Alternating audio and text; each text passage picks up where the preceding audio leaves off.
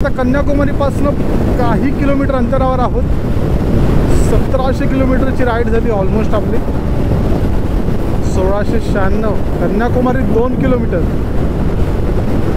कन्याकुमारीसाठी मुंबईहून 5 दिवसापूर्वी सुरू केलेला प्रवास आज 1700 किलोमीटर नंतर मी भारतमातेच्या चरणकमली येऊन पोचलो.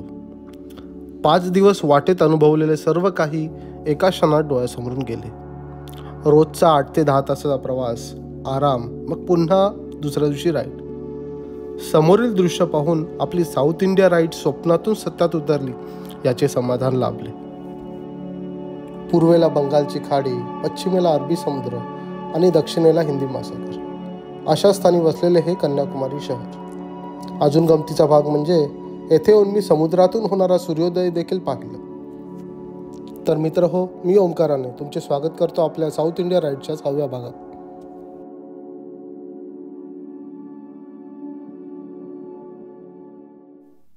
सुप्रभात मित्रांनो, मी ओंकाराने तुमचे स्वागत आहे ओंकाराने ब्लॉग या यूट्यूब चॅनलवर. आपण आता आहोत वर्कलामध्ये. वर्कलामध्ये हा आमचा स्टे होता, मागे आहे तो. सकाळचे वाजलेत, आता किती वाजले? 7:15 झाली. इथून आता आपण निघतोय आपल्या मेन डेस्टिनेशनसाठी कन्याकुमारीसाठी. जवळपास 3 तासावर आहे कन्याकुमारी. इथून मध्ये आणखी 2 स्पॉट आहेत, ते आपण करत जाणार आहोत. चला, पॅन्थरवर सगळं सामान लोड झालं, आता इथून आपण निघूया. आपला स्टे इथे होता, निघूया.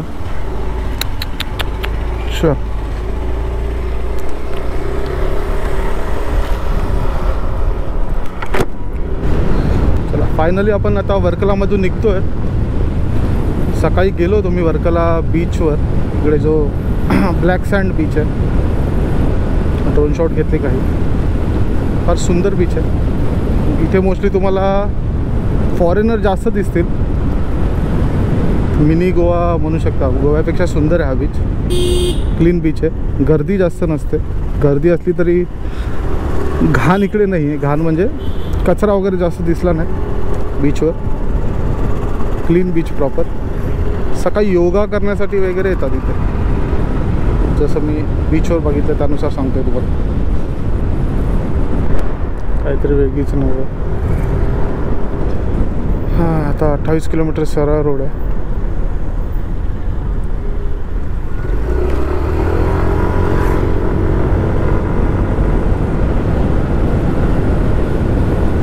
केरळमधलं गाव पहा. ही केरळमधली एसटी. कोण नाही आहे. छोटासा रस्ता आहे. आजूबाजूला नारळाची झाडं. हा किल्ला आहे. किल्ल्याचं नाव वाचायला विसरलो मी. एंट्री पॉईंट बंद आहे.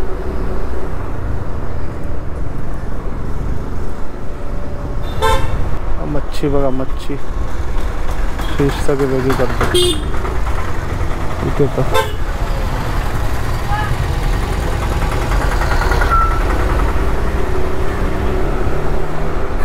ही खरी मजा रोड ट्रिपची. तुम्हाला असे अनोळखी समुद्रकिनारे पाहायला मिळतात.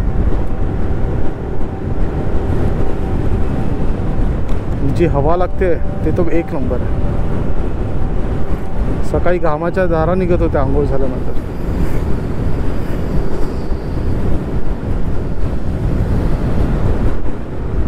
बऱ्यापैकी गरमी येते. अरे हा कारवाला आपल्याला पुढे जायलाच देत नाही. आता आहोत नॅशनल हायवे 66, कन्याकुमारी 106, कोवलम 22.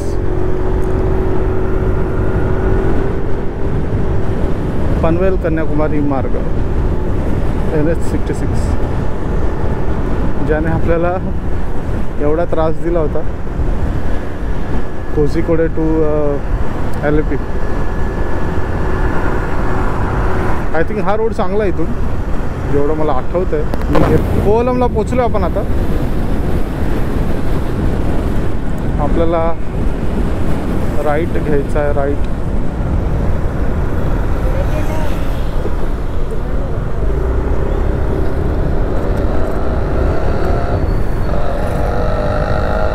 बरोबर आहे.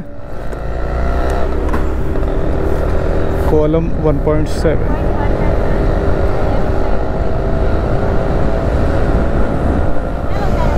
आपण आता आलो आहोत कोवलम बीचवर. मी मला त्या साईडला यायचं होतं, ह्याच्या पलीकडे. आता मला रस्ता आठवत नाही. जाऊ दे, आपला ड्रोन जाईल त्या साईडला आणि तो शूट करून येतो.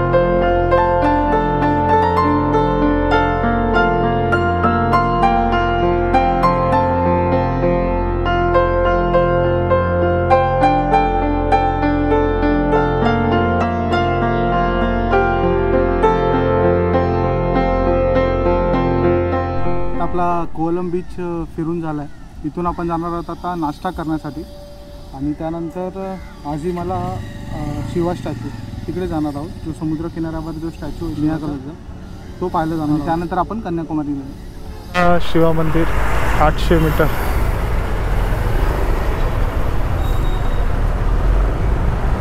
आज गर्दी आहे.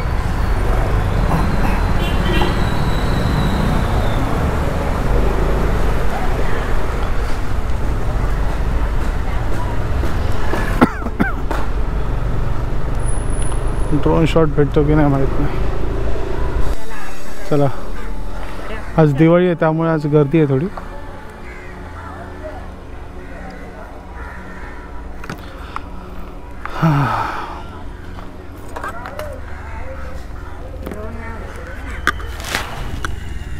परमिशन.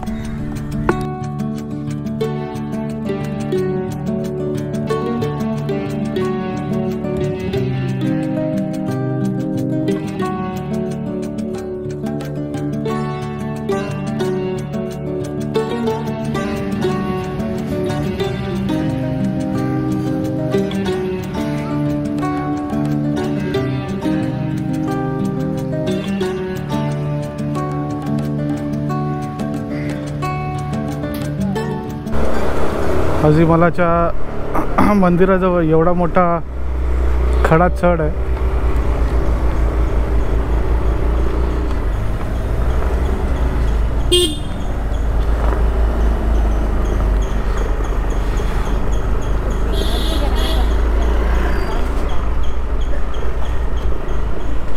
चला, फायनली आपण आता निघालोय कन्याकुमारीसाठी. आता मधले सगळे लोकेशन झालेले आहेत. आता डायरेक्ट कन्याकुमारी. कन्याकुमारी जवळपास इथून 71 किलोमीटर आहे. हे आता आपण आहोत केरळ राज्यामध्ये. कन्याकुमारी आहे तमिळनाडूमध्ये. म्हणजे आपण आता केरळ राज्य क्रॉस करणार आहे. केरळ राज्य संपलं की तमिळनाडूत आपण जाणार आहोत आणि त्याचं शेवटचं टोक आहे कन्याकुमारी.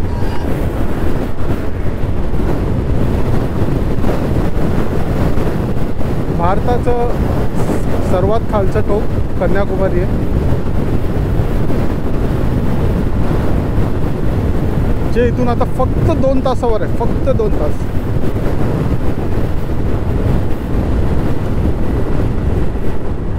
सोडलं आहे आणि एक लेफ्ट टर्न घेतलं आहे. बहुतेक पुढचं अजून काम बाकी आहे.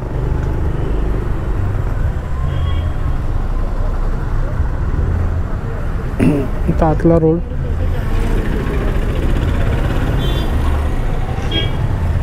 तर TN वाल्या गाड्या दिसायला लागल्यात. अरे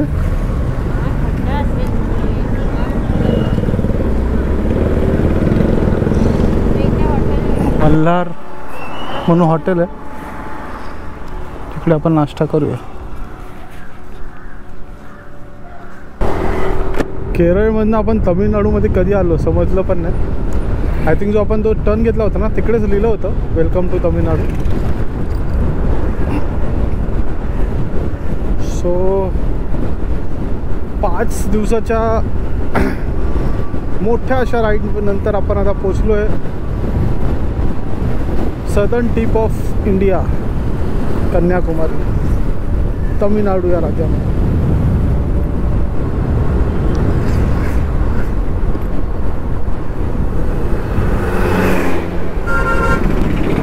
90 किलोमीटर झालेत.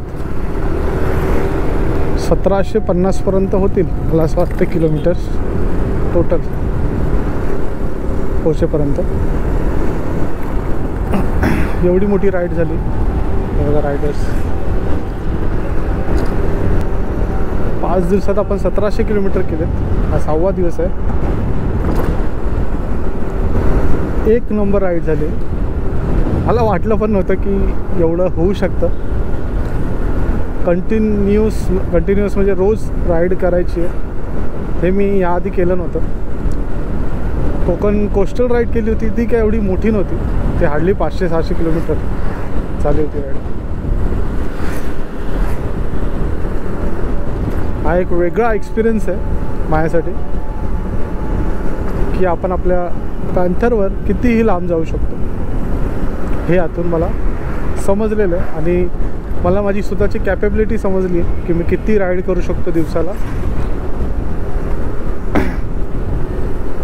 आणि आपला पॅन्थर किती लांबपर्यंत आपल्याला एका दिवसाला साथ देऊ शकतो हे समजलं. रायडिंग स्किल्स थोडा इम्प्रूव्ह झाल्यात. ओव्हरटेकिंग कशी करायला पाहिजे, घाटामध्ये चालवताना काय काळजी घेतली पाहिजे, हेवी जर लोड असेल तर किती आपल्याला गाडी लीन करायला पाहिजे, त्या सगळ्या गोष्टी थोडा प्रॅक्टिस झाली म्हणता येईल एवढ्या दिवसानंतर. कारण सॅडल बॅग तर मी कधी वापरलीच नाही आहे. फर्स्ट टाईम आता पिलियनसोबत आहे. सो सॅडल बॅगसोबत आपण चाललो आहोत. टर्न घेताना थोडी काळजी घ्यावी लागते की एकदम जवळून गाडीचा टर्न नाही घ्यायचा, थोडा लांबूनच घ्यावा लागतो. तर पूर्ण ती सॅडल बॅग घासेल गाडीला.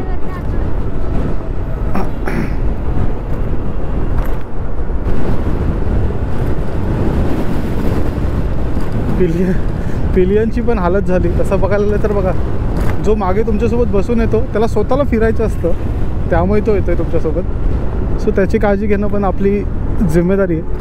माझ्यासोबत लावणच आहे, बायकोच आहे. सो तिला मी आधीच सांगितलं होतं राईड चालू व्हायच्या आधी की आपल्याला दिवसाला कमीत कमी 500 किलोमीटर करायचे. नंतर ते मला माहिती होतं तेवढे होणार नाही आहे, 200-300 होतील दिवसाला नंतर. तर पहिल्याच दिवशी आम्ही कस काढला, एकदम 600 किलोमीटर गेले. त्यावेळी तिची थोडी हालत झाली. रोड थोडे चांगले होते पण काय असतं की 12 तास एका ठिकाणी बसणं, 12 पण नाही, त्यावेळी तर जवळपास 18-19 तास झाले होते. तर एका ठिकाणी बसणं थोडं त्रासदायक होतं पिलियनला.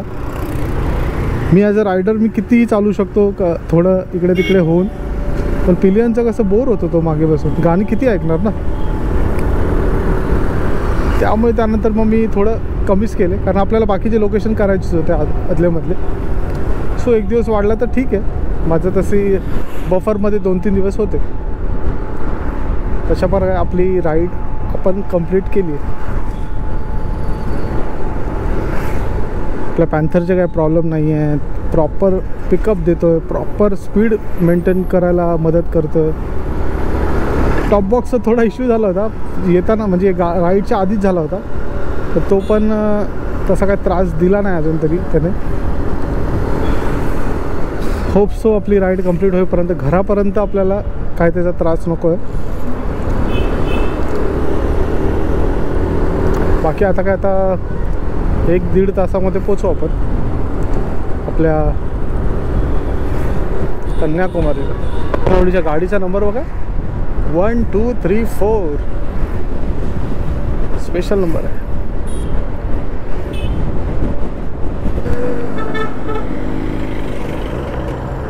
हा ना, लाल नारा आपण ट्राय करूया. थांब ना, तू हलू नकोस. तू नको हलूस, नाही पडत आहे. उतर.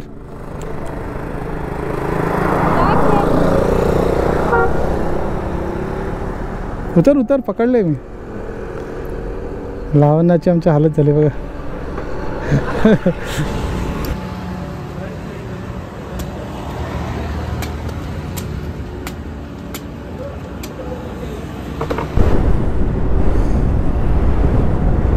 बाजूला डोंगर बघा केवढा, मागे तर धुकं आहे.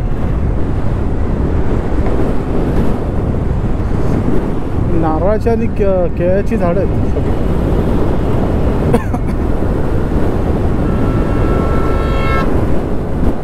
आता फरक मला कळाला की जो लाल नारळ आहे ना, म्हणजे येल्लो नारळ आहे ना, त्याच्यामध्ये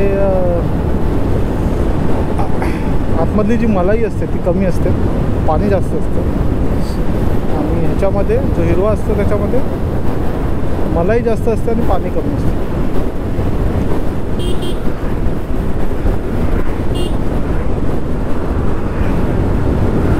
हे जस्ट माझं ऑब्झर्वेशन आहे. पकड ना जरा.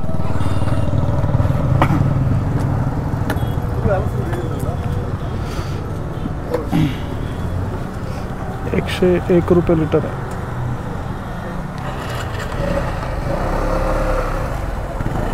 चला, पण आता तमिळनाडूमध्ये आलो आणि पाऊस थोडासा बारीक लागला. पूर्ण रस्ता ओला झाला. पेट्रोल पण फुल गेलं. चला, बारीक आहे तोपर्यंत लवकर लवकर पोचूया घरी.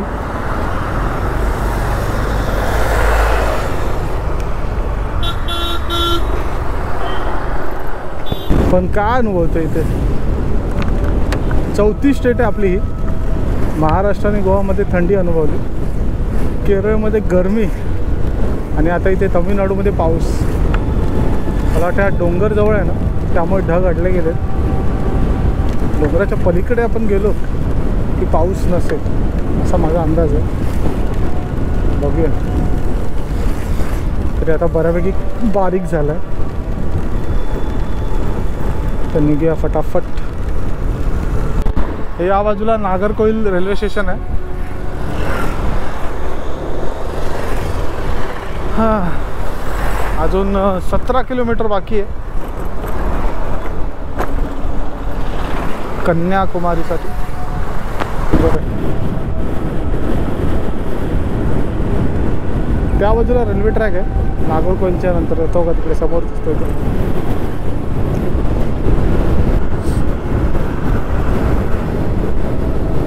पुढं आहे बघा. हार्डली कन्याकुमारी आता 10 ते 12 किलोमीटर है.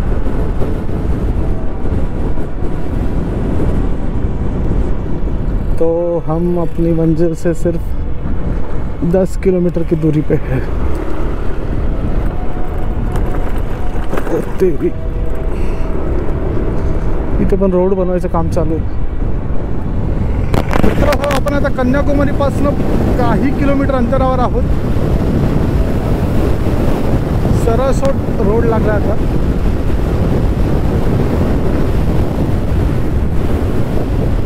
$1700 किलोमीटरची राईड झाली ऑलमोस्ट आपली. 1696. कन्याकुमारी 2 किलोमीटर.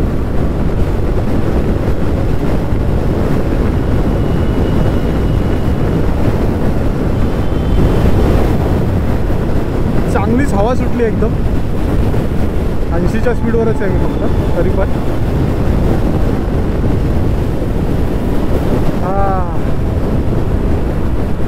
चला.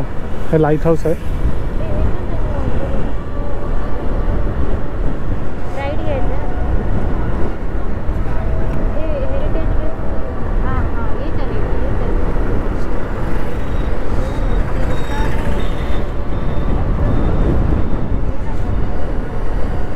हे चला फायनली आपण आता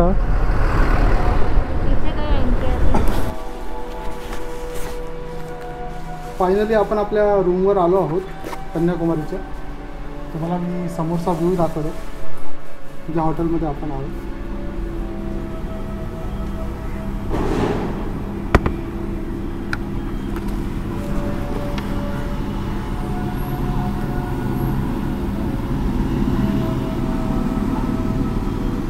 तर मित्र हो, आपण आता चाललो आहोत कन्याकुमारीचं मॉन्युमेंट पाहायला. फायनली आपण कन्याकुमारीला पोचलो आहोत. दुपारी 1च्या दरम्यान पोचलो आपण. बाजूलाच रूम घेतला. नॉर्मल तिकीट 75, स्पेशल तिकीट 300 रुपये. आज दिवाळी आहे तरी पण गर्दी खूप आहे. सो आम्ही स्पेशल तिकीटच काढली कारण आपल्याकडे वेळ कमी आहे. उद्या आपल्याला सकाळी निघायचं रामेश्वरमसाठी.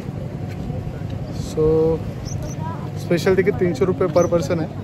म्हणजे जवळपास 4 पट आहे. म्हणजे 75 सिंगल असेल नॉर्मल तिकीट तर 300 रुपये. ही 300 रुपये. तरी एवढी लाईन आहे स्पेशलला. इसका 100 किलो 50 किलो जेंट्स रहेगा क्या?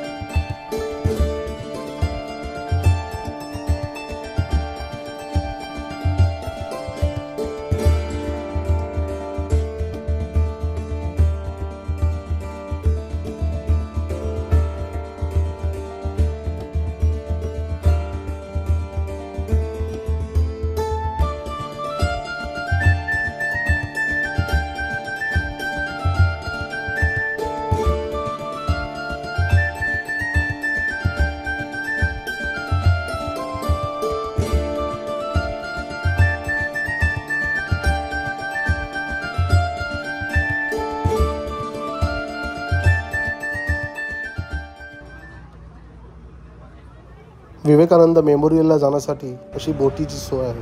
तुम्ही बोटीत बसून त्या मेमोरियलच्या पायथ्याशी उतरता.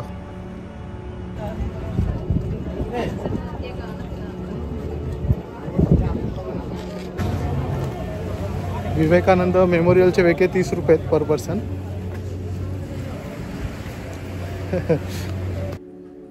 1892 मध्ये स्वामी विवेकानंद कन्याकुमारीला पोचले. एके दिवशी ते पोहत या प्रचंड खडकावर पोचले. या निर्जन स्थळी साधना केल्यानंतर जीवनाचे ध्येय गाठण्यासाठी त्यांना मार्गदर्शन लाभले.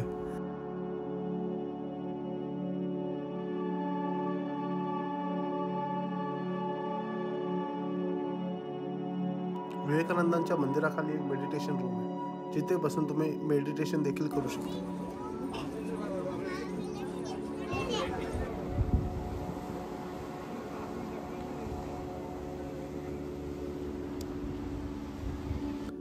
विवेकानंद मेमोरियलच्या बाजूला त्या काळचे तमिळ कवी व संत तिरुवल्लूर यांची मूर्ती देखील उभारण्यात आली आहे.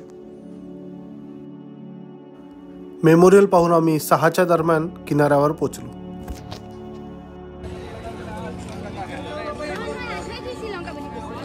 किनाऱ्यालगतचे कन्याकुमारी मार्केट फिरलो आणि बाजूला सुंदर असा सूर्यास्त अनुभवत होतो.